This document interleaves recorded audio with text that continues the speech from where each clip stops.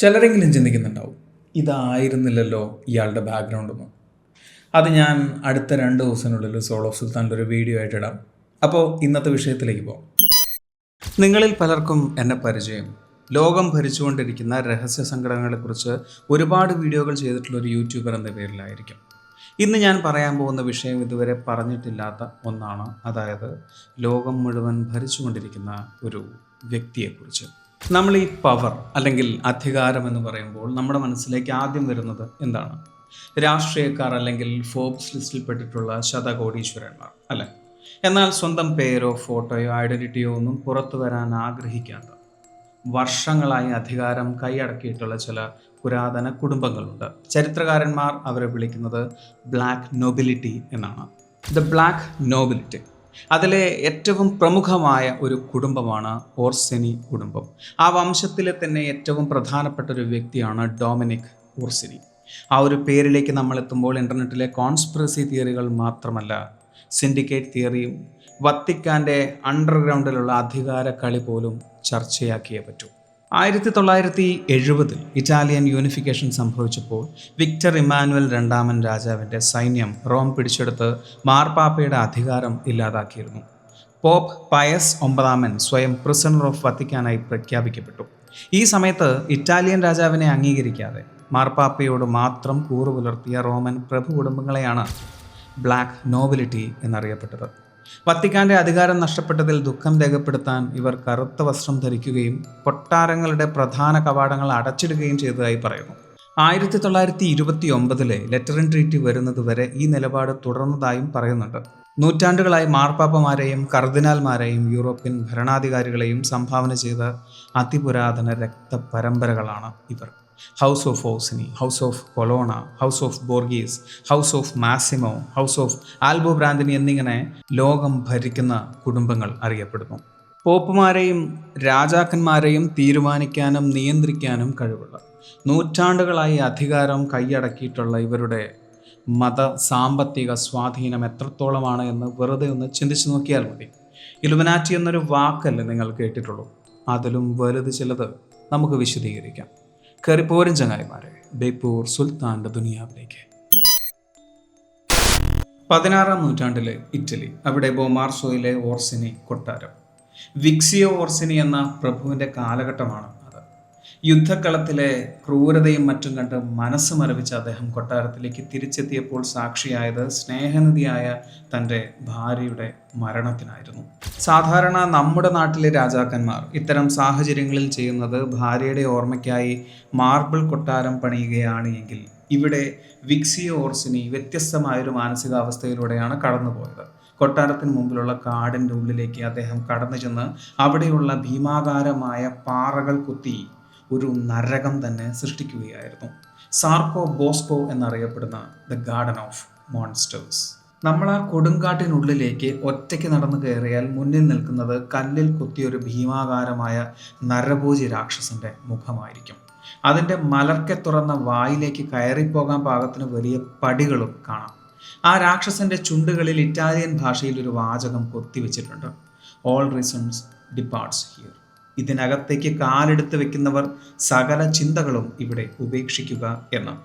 അകത്തേക്ക് കയറിയാൽ വെറുമൊരു ശില്പമല്ല, ഒരു തീന്മേശയും കസേരകളുമുണ്ട്. ആടുകളെ ഇരുത്തി ഭക്ഷണം കഴിപ്പിക്കാൻ ഒരു രാക്ഷസന്റെ തലച്ചോറിനകത്ത് ഒരു മുറി. കുറച്ചുകൂടി മുന്നോട്ട് പോയാൽ മനുഷ്യരെ ജീവനോടെ വിഴുങ്ങുന്ന വ്യാളികൾ, ആളുകളെ ചവിട്ടി മെതിക്കുന്ന പോർക്കളത്തിലെ ആനകൾ. അകത്ത് കയറിയാൽ ബാലൻസ് തെറ്റിപ്പോകുന്ന രീതിയിലുള്ള ചെരിഞ്ഞ മാളികകളും. 4 നൂറ്റാണ്ടുകളായി ചരിത്രകാരന്മാർ സ്വയം ചോദിക്കുന്നൊരു ചോദ്യമുണ്ട്: റോമിലെ ഏറ്റവും ശക്തമായ ഒരു കത്തോലിക്ക പ്രഭു കുടുംബത്തിലെ പ്രമുഖൻ എന്തിനാണ് സ്വന്തം വീടിന് തൊട്ട് താഴെ ഇങ്ങനൊരു ഭയാനകമായ വനം നിർമ്മിച്ചത് എന്ന്. ഇതിനെ വെറുമൊരു ആർട്ട് എന്ന് പറഞ്ഞ് തള്ളിക്കളയാൻ പറ്റില്ല.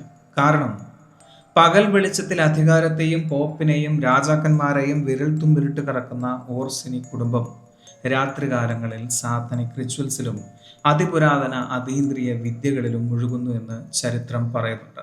ഈ കാണുന്ന ശില്പങ്ങളെല്ലാം അതിനുള്ള തെളിവുകളാണ് എന്നാണ് ചരിത്ര നിരീക്ഷകർ പറയുന്നത്.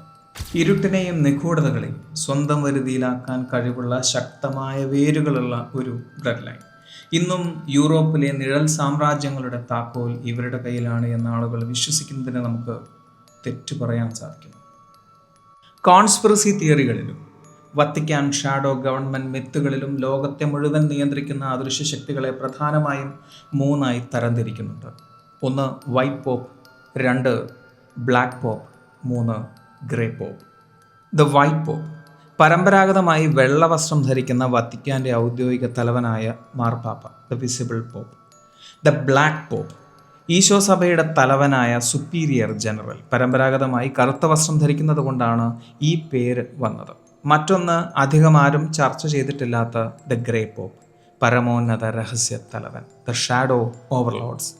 ഔദ്യോഗികമായ ചരിത്രത്തിൽ ഇങ്ങനൊരു പദവിയില്ല. എന്നാൽ പഴയ ഇറ്റാലിയൻ പ്രഭു കുടുംബങ്ങളിൽ, പ്രത്യേകിച്ചും ബ്ലാക്ക് നോബിലിറ്റി പ്രധാനികളെയാണ് സിദ്ധാന്തങ്ങൾ ഇതിലേക്ക് വിരൽ ചൂണ്ടുന്നത്. വെള്ള മാർപ്പാപ്പയുടെയും കറുത്ത മാർപ്പാപ്പയുടെയും മുകളിൽ നിൽക്കുന്ന യഥാർത്ഥ സൂത്രധാരൻ. ഇവർ മാധ്യമങ്ങളുടെയോ ചരിത്രത്തിൻ്റെയോ വെളിച്ചത്തിൽ ഒരിക്കലും വരാറില്ല. കറുപ്പും വെളുപ്പും ചേർന്ന ഗ്രേ എന്നത് രഹസ്യത്തിൻ്റെ അങ്ങേയറ്റത്ത് സൂചിപ്പിക്കുന്നു. റോമൻ സാമ്രാജ്യത്തിൻ്റെ കാലം മുതലുള്ള പാരമ്പര്യവും അധോലോക അധികാരവും ഇവർക്കുണ്ട് എന്നാണ് വിശ്വസിക്കപ്പെടുന്നത്. ഇനി നമ്മൾ പറയാൻ പോകുന്നത് ഈ വിഷയത്തിലെ ഏറ്റവും ആഴമേറിയ, ഏറ്റവും നിഗൂഢമായ ഒരു പേരിനെ കുറിച്ചാണ്. ഡൊമിനിക്കോ ഓർസിനി. അതായത് യൂറോപ്പിൻ്റെ അധികാര ചരിത്രത്തെ നിങ്ങളൊന്ന് പരിശോധിച്ചാൽ കർദിനാൾ ഡൊമിനിക്കോ ഓർസിനി ഡി അരഗോണ മുതൽ അവിടെ നിന്നിങ്ങോട്ടേക്ക് എല്ലാ തലമുറകളിലും ഡൊമിനിക്കോ ഓർസിനി എന്നൊരു പേര് നിങ്ങൾക്ക് കാണാൻ കഴിയും. ഇൻ്റർനെറ്റിൽ സീക്രട്ട് സൊസൈറ്റികളെ കുറിച്ച് പറയുന്ന എല്ലാവരും പറയുന്ന ഒരു കാര്യമാണ് ലോകം മുഴുവൻ ഭരിച്ചുകൊണ്ടിരിക്കുന്നത് ഒരു ഷാഡോ സൊസൈറ്റിയാണ് എന്ന്. എന്നാൽ അവരെല്ലാം പറയാതെ പറയുന്ന ഒന്ന് ഈ ഷാഡോ സൊസൈറ്റിയുടെ കേന്ദ്രമായ ഒരു ഫാമിലിയാണ്. ആ ഫാമിലിയെക്കുറിച്ചാണ് നമ്മൾ സംസാരിക്കുന്നത്, ദ ഓർസിനി ഫാമിലി. ഇതിൻ്റെ വാസ്തവം എന്താണ് എന്ന് അന്വേഷിച്ച് നടക്കുന്നവർക്ക് ഇതിൻ്റെ യഥാർത്ഥ റിയാലിറ്റി തിരിച്ചറിയണമെങ്കിൽ ആദ്യം ചെയ്യേണ്ടത് ഫോബ്സിൻ്റെ ലിസ്റ്റിൽ നിന്നും കണ്ണെടുത്ത് മാറ്റുക എന്നതാണ്. അതായത് ലോകം മുഴുവൻ അറിയപ്പെടുന്ന ശതകോടീശ്വരന്മാർക്ക് അവരുടെ ആസ്തി ലോകത്തെ മുഴുവൻ അറിയിക്കാനായിരിക്കും ശ്രമം ഉണ്ടാവുക. എന്നാൽ ഇവിടെ നൂറ്റാണ്ടുകളായ അധികാരം കയ്യിലുള്ള ബ്ലാക്ക് നോബിലിറ്റിയുടെ ലക്ഷ്യം തിരിച്ചാണ്. അവരുടെ സമ്പത്ത് ലിസ്റ്റ് ചെയ്യപ്പെടാത്ത സ്വകാര്യ സ്വിസ് ബാങ്കുകളിലാണ്. ഇറ്റലിയിലും യൂറോപ്പിലുടനീളമുള്ള ആയിരക്കണക്കിന് ഏക്കർ പുരാതന ഭൂമികളിലാണ്. വത്തിക്കാനുമായി തലമുറകളായി അവർ വെച്ചു പുലർത്തുന്ന അദൃശ്യമായ സാമ്പത്തിക കരാറുകളിലാണ്. ഒന്ന് ചിന്തിച്ചു നോക്കൂ, ഒരു നൂറ്റാണ്ടിൽ മാത്രം ജനിച്ച് ജീവിച്ച പുതിയ കോർപ്പറേറ്റുകളല്ല ഇവർ. റോമാ സാമ്രാജ്യത്തിൻ്റെ കാലം മുതൽ ഇന്ന് വരെ പോപ്പുമാരെ വാഴിച്ചും യുദ്ധങ്ങൾക്ക് രഹസ്യമായി ഫണ്ട് നൽകിയും അധികാരം നിലനിർത്തിയ വംശാവലിയാണ്. അതുകൊണ്ട് തന്നെ ഡൊമിനിക്കോ ഓർസിനി എന്നത് വെറുമൊരു വ്യക്തിയുടെ പേരല്ല, അത് നൂറ്റാണ്ടുകളായി രഹസ്യങ്ങളുടെയും അധികാരത്തിൻ്റെയും താക്കോൽ കൈവശം വെച്ചിരിക്കുന്ന ഒരു അദൃശ്യ സാമ്രാജ്യത്തിൻ്റെ നേതാവിൻ്റെ പേരാണ്. പരസ്യമായി വെളിച്ചത്തിൽ വരാതെ ലോകത്തിന് മുമ്പിൽ പ്രത്യക്ഷപ്പെടുന്ന ബിസിനസ് മാഗ്നറ്റ്സിൻ്റെയും പൊളിറ്റീഷ്യൻസിൻ്റെയും പിന്നിൽ ഒരു നിഴലായി നിൽക്കുക എന്നതാണ് ഓർസിനിയുടെ പവർ ഗെയിം. പറഞ്ഞു വരുന്നത് ഒന്ന് മാത്രമാണ്, നമുക്ക് മുമ്പിൽ തെളിഞ്ഞു വരുന്ന സെലിബ്രിറ്റികളും പൊളിറ്റീഷ്യൻസും ശതകോടീശ്വരന്മാരുമാണ് ഈ ലോകം ഭരിക്കുന്നത് എന്നത് നമ്മുടെ വെറും തെറ്റിദ്ധാരണ മാത്രമാണ് എന്ന്. ചരിത്രത്തിൻ്റെ അടിത്തട്ടിലേക്കൊന്ന് ചികഞ്ഞു നോക്കിയാൽ നമുക്ക് മനസ്സിലാക്കാൻ സാധിക്കുന്ന ഒരു കാര്യമുണ്ട്. അതായത് യഥാർത്ഥ അധികാരം ഒരിക്കലും ക്യാമറയ്ക്ക് മുമ്പിൽ പ്രത്യക്ഷപ്പെടില്ല. ഇനി അഥവാ അങ്ങനൊന്ന് പ്രത്യക്ഷപ്പെട്ടിട്ടുണ്ട് എങ്കിൽ അതിൻ്റെ അർത്ഥം കൃത്യമായി പ്ലാൻ ചെയ്ത ഒരു ഡ്രാമയ്ക്കാണ് അവർ നമുക്ക് മുമ്പിൽ പ്രത്യക്ഷപ്പെടുന്നത് എന്ന്. ഞാൻ ഈ പറയുന്നതിനൊരു ഇന്നർ മീനിങ് ഉണ്ട്. നമ്മൾ കണ്ടിട്ടുള്ള ചില നാടകങ്ങൾ ഒന്ന് വിശകലനം ചെയ്താൽ നമുക്ക് മനസ്സിലാവും ഈ പറഞ്ഞതിൻ്റെ ഇന്നർ മീനിങ്. ഡൊമിനിക്കോ ഓർസിനി എന്ന പേരും ആ വംശാവലിയും ഇന്നും ഒരു ഭയപ്പെടുത്തുന്ന നിഗൂഢതയായി തുടരുന്നത് അതുകൊണ്ടാണ്. അത് വെറുമൊരു സാത്തനിക് കഥയോ അല്ലെങ്കിൽ ഒരു യൂട്യൂബ് കോൺസ്പിറസിയോ മാത്രമല്ല, മറിച്ച് നൂറ്റാണ്ടുകളായി അധികാരം എങ്ങനെയാണ് പരസ്യമായ കണ്ണുകളിൽ നിന്നും മറച്ചു വെക്കുന്നത് എന്നതിൻ്റെ ഒരു പുരാതന തെളിവാണ്. പ്രകാശത്തിൽ നിൽക്കുന്ന കൊട്ടാരങ്ങൾ കണ്ട നമ്മൾ അതിൻ്റെ തൊട്ടു താഴെയുള്ള രാക്ഷസന്മാരുടെ ആ വനം കാണാതെ പോയി. നമ്മുടെ ഈ ലോകം യഥാർത്ഥത്തിൽ ഡെമോക്രാറ്റിക് ആണോ, ട്രാൻസ്പെറൻ്റ് ആണോ, അതോ അതിനെല്ലാം പിന്നിലിരുന്ന് ഒരു അദൃശ്യ ശക്തി നമ്മുടെ അധികാരത്തിൻ്റെ അച്ചുതണ്ട് തിരിക്കുന്നുണ്ടാകുമോ? നിങ്ങൾക്കെന്ത് തോന്നുന്നു? ഈ പറഞ്ഞ ഓർസിനി കുടുംബത്തെക്കുറിച്ചും ബ്ലാക്ക് നോബിലിറ്റിയെക്കുറിച്ചും നിങ്ങൾക്കറിയാവുന്ന കാര്യങ്ങൾ കമൻറ്റ് ചെയ്യുക. ഈ ഒരു വീഡിയോ നിങ്ങൾക്ക് ഇഷ്ടമായി എന്ന് വിചാരിക്കുന്നു. സുൽത്താൻ എപ്പോഴും പറയുന്നത് പോലെ സബ്സ്ക്രൈബുകൾ കൂമ്പാരമാകുമ്പോൾ പരിപാടി ഗംഭീരമാവും.